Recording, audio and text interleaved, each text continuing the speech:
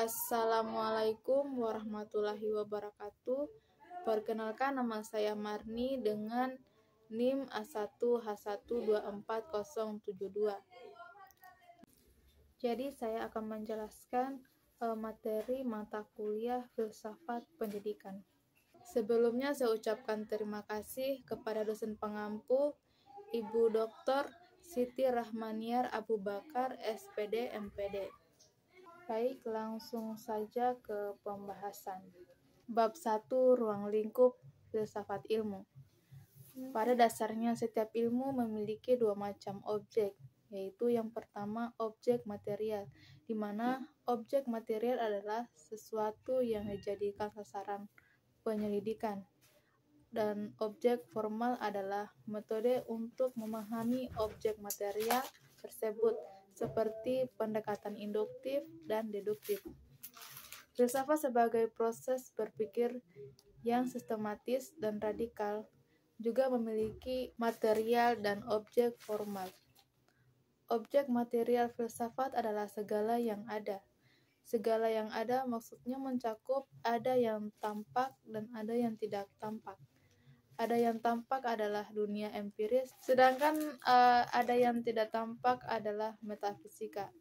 Filosof membagi objek material filsafat ke dalam 3 bagian, yaitu ada yang dalam alam empiris, yang ada dalam pikiran, dan ada yang ada dalam kemungkinan. Objek formal filsafat adalah sudut pandang yang menyeluruh, radikal, dan rasional tentang segala yang ada.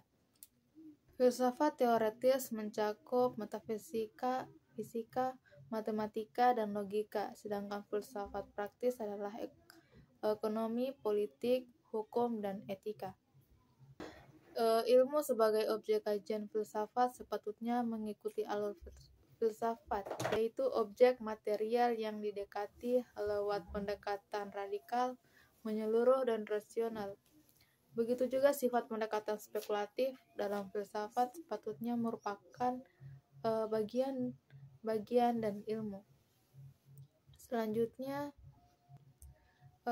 pengertian filsafat ilmu.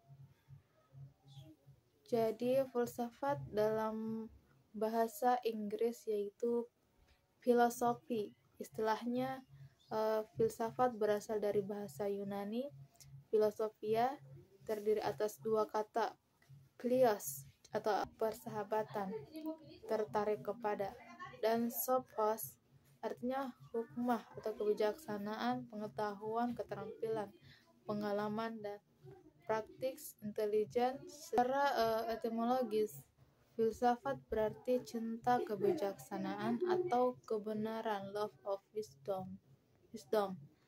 Adapun pengertian pokok tentang filsafat menurut kalangan filosof adalah yang pertama, upaya spekulatif untuk menyajikan suatu pandangan sistematik serta lengkap tentang seluruh realitas.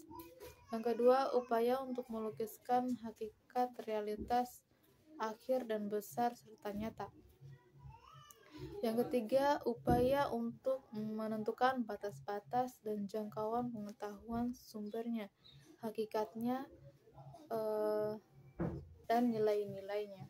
Yang keempat, penyelidikan kritis atas pengandaian dan pernyataan yang diajukan oleh berbagai bidang pengetahuan.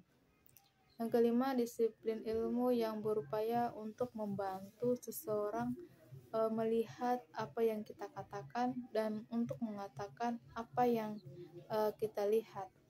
Selanjutnya, pengertian ilmu. Jadi, ilmu berasal dari bahasa Arab alima, ya'lamu ilman, dengan wazan fa'ila yaf'alu, yang berarti mengerti, memahami, benar-benar.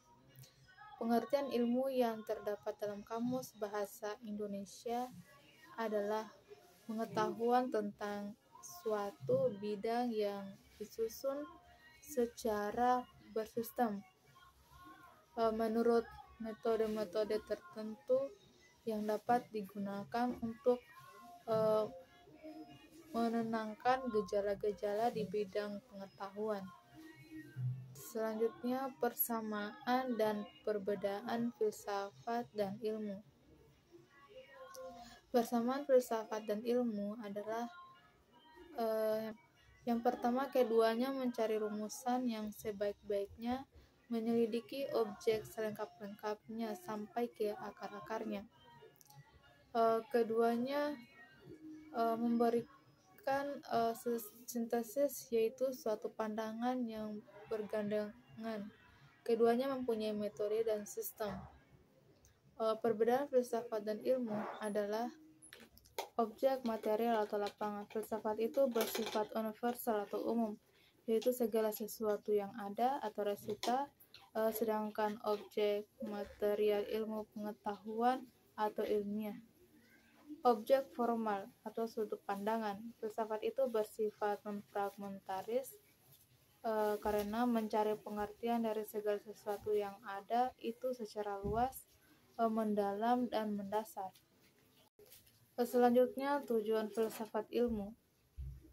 Tujuan filsafat ilmu adalah yang pertama, mendalami unsur-unsur pokok ilmu, sehingga secara menyeluruh kita dapat memahami sumber, hakikat, dan tujuan ilmu. Kedua, memahami sejarah pertumbuhan, perkembangan, dan kemajuan ilmu di berbagai bidang, sehingga kita mendapat gambaran tentang proses ilmu kontemporer secara historis. Yang ketiga, menjadi pedoman bagi para dosen dan mahasiswa dalam mendalami studi di perguruan tinggi, terutama untuk membedakan persoalan yang ilmiah dengan non-ilmiah. Yang keempat, mendorong para calon ilmuwan dan ilmuwan untuk konsisten dalam mendalami ilmu dan mengembangkannya. Yang kelima, mempertegas bahwa dalam persoalan sumber dan tujuan antara ilmu dan agama tidak ada pertentangan. Bab 2, sejarah perkembangan ilmu. Landasan ilmu pada zaman Yunani. Periode filsafat Yunani merupakan periode sangat penting dalam sejarah peradaban manusia, karena pada waktu ini terjadi perubahan pola pikir manusia dan mitosentris menjadi logosentris, di mana pola pikir mitosentris adalah pola pikir masyarakat yang sangat mengandalkan mitos untuk menjelaskan fenomena alam seperti gempa bumi dan pelangi. Berdasarkan puncak kejayaan filsafat Yunani terjadi pada masa Aristoteles tahun 384 sampai pada analisis bahasa yang pada tahun 312 sebelum Masehi.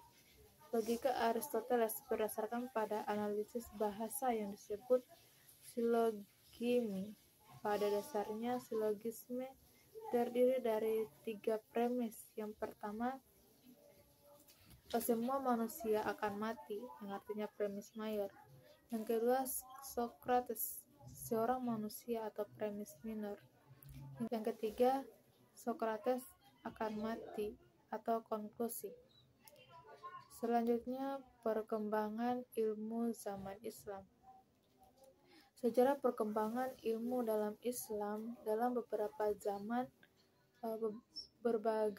sebagai berikut. Yang pertama, menyampaikan ilmu dan filsafat Yunani ke dunia Islam. Yang kedua, perkembangan ilmu pada masa Islam klasik. Yang ketiga, perkembangan ilmu pada masa kejayaan Islam. Yang keempat, keruntuhan tradisi keilmuan dalam Islam. Selanjutnya, kemajuan ilmu zaman Renaissance dan modern. Jadi masa Renaissance abad ke-15 sampai 16. Renaissance merupakan era sejarah yang penuh dengan kemajuan dan perubahan yang mengandung arti bagi perkembangan ilmu. Yang kedua, zaman modern abad 17 sampai 19 Masehi. Setelah Galileo, Fermat, Pascal, dan Kepler berhasil mengembangkan penemuan mereka dalam ilmu pengetahuan yang terpencar-pencar jatuh ke tangan dua sarjana yang dalam ilmu modern memegang peran yang sangat penting. Mereka adalah Isaac Newton dan Leibniz. Di tangan dua orang sarjana inilah sejarah ilmu modern dimulai. Yang ketiga, ilmu yang berbasis rasionalisme dan empirisme. Menurut Comte, dalam perkembangan manusia, sesudah tahap mitos, manusia berkembang dalam tahap filsafat, di mana pada tahap filsafat, rasio sudah terbentuk tetapi belum ditemukan metode berpikir secara objektif. Yang keempat, perkembangan filsafat pada zaman modern. Pada zaman modern, filsafat dan berbagai aliran muncul.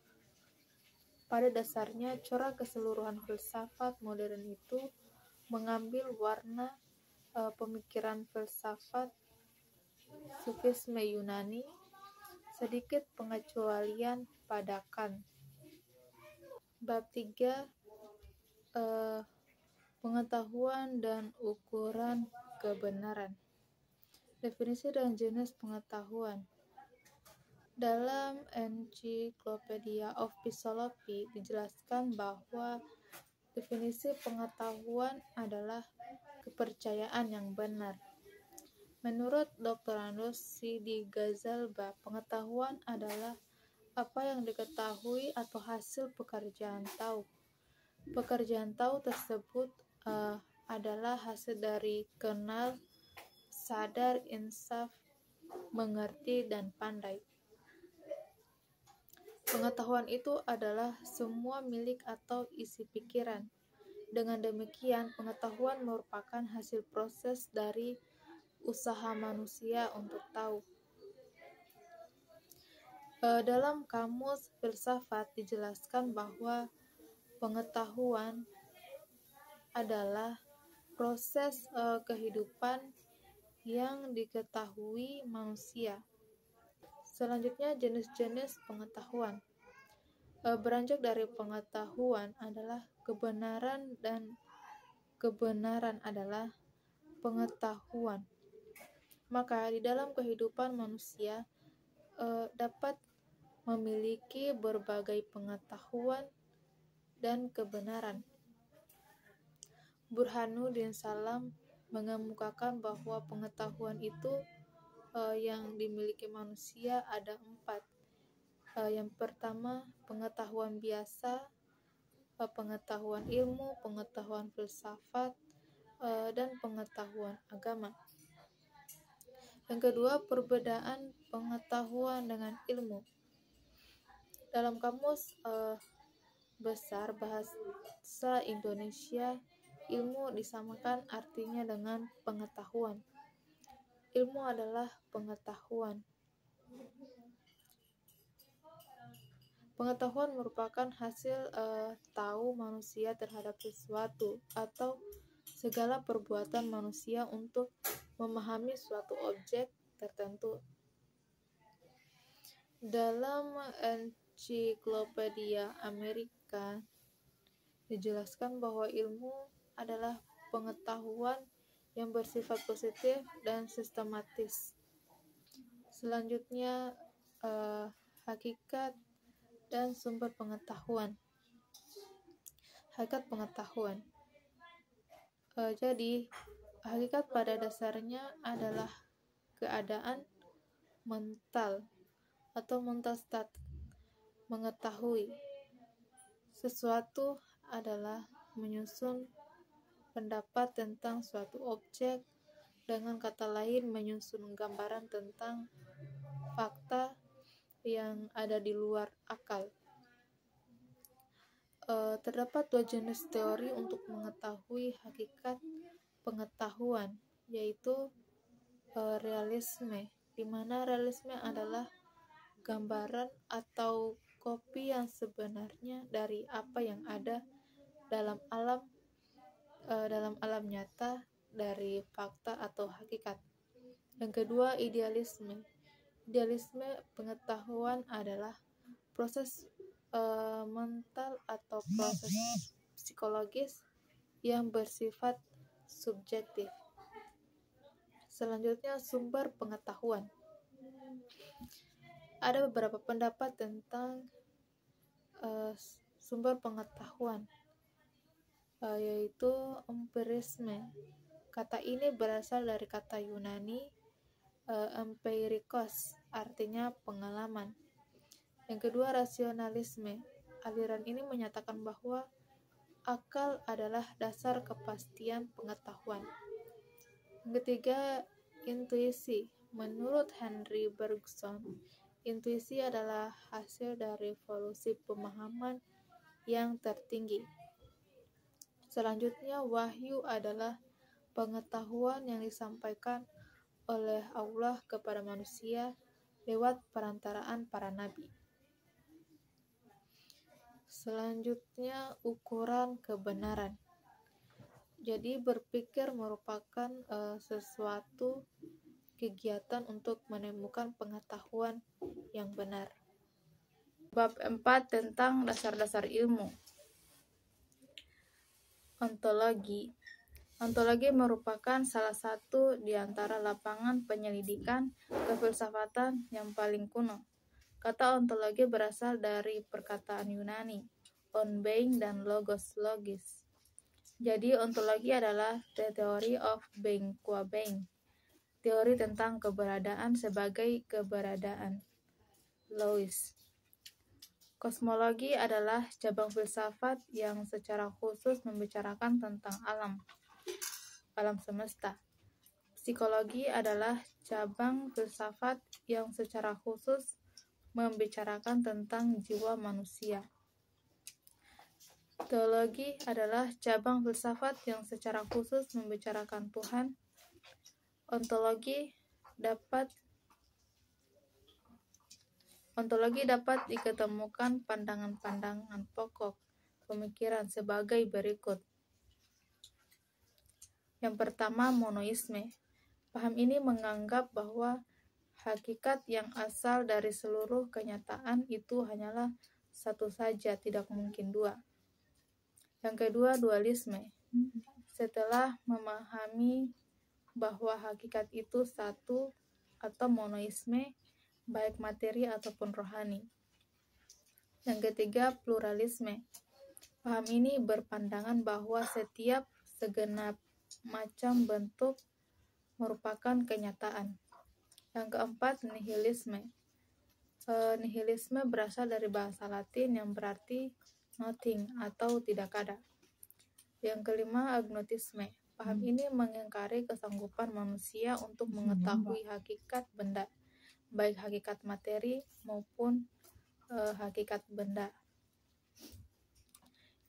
Selanjutnya, epistemologi. Jadi epistemologi atau teori pengetahuan ialah cabang filsafat yang berurusan dengan hakikat dan lingkup pengetahuan, pengandaian-pengandaian dan dasar-dasar serta pertanggungjawaban atas pernyataan mengenai pengetahuan yang dimiliki. Pengetahuan yang diperoleh oleh manusia melalui akal, indera, dan lain-lain mempunyai metode tersendiri dalam teori pengetahuan.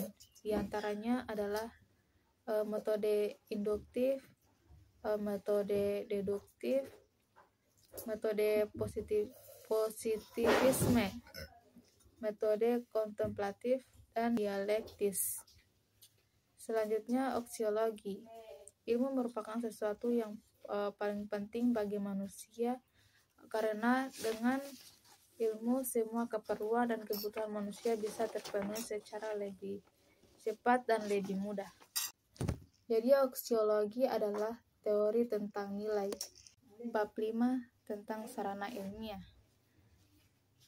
Secara umum dapat dinyatakan bahwa fungsi bahasa adalah sebagai koordinator kegiatan masyarakat, penetapan pemikiran dan pengungkapan, penyampaian pikiran dan perasaan, penyenangan jiwa, dan pengurangan kegoncangan jiwa. Menurut Halliday, sebagaimana yang dikutip oleh Taima, bahwa fungsi bahasa adalah sebagai fungsi instrumental, fungsi regulatoris, fungsi interaksional, dan fungsi personal, fungsi heuristik, fungsi imajinatif, dan fungsi esensasional. Bahasa sebagai sarana berpikir ilmiah. Sarana ilmiah merupakan ilmu dalam pengertian bahwa merupakan kumpulan pengetahuan yang didapatkan berdasarkan metode ilmiah seperti sepengetahuan digunakan pola berpikir induktif dan deduktif dalam mendapatkan pengetahuan. Selanjutnya, bahasa ilmiah dan bahasa agama. Bahasa agama merupakan ungkapan serta perilaku keagamaan dari seseorang atau sebuah kelompok sosial. Selanjutnya, matematika. Matematika sebagai bahasa. Matematika adalah bahasa yang melambangkan serangkaian makna dari serangkaian pernyataan yang ingin kita sampaikan. Selanjutnya, matematika sebagai sarana berpikir deduktif. Matematika merupakan ilmu deduktif. Matematika merupakan pengetahuan dan sarana berpikir deduktif. Matematika untuk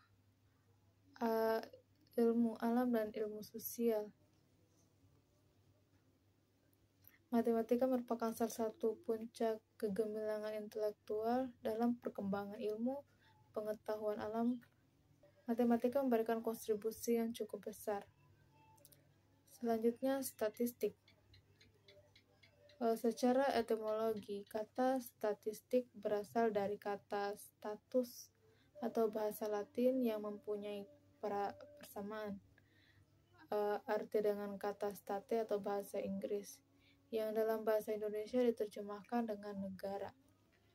Pada mulanya, kata statistik diartikan sebagai kumpulan bahan keterangan atau data, baik yang berwujud angka atau data kuantitatif, maupun yang tidak berwujud angka atau data kuantitatif yang mempunyai arti penting dan kegunaan yang besar bagi seluruh negara. Berikutnya, perkembangan statistik. Peluang yang merupakan dasar dari teori statistika merupakan konsep baru yang tidak dikenal dalam pemikiran Yunani kuno, Romawi, dan bahkan Eropa dalam abad pertengahan. Selanjutnya, hubungan antara sarana ilmiah, bahasa, logika, matematika, dan statistika. Bahasa merupakan sarana komunikasi, maka segala sesuatu yang berkaitan dengan komunikasi tidak terlepas dari bahasa, seperti berpikir sistematis dalam menggapai ilmu dan pengetahuan.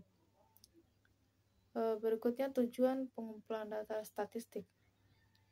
Tujuan dari pengumpulan data statistik dapat dibagi ke dalam dua golongan besar yang secara kasar dapat dirumuskan sebagai tujuan kegiatan praktis dan kegiatan keilmuan.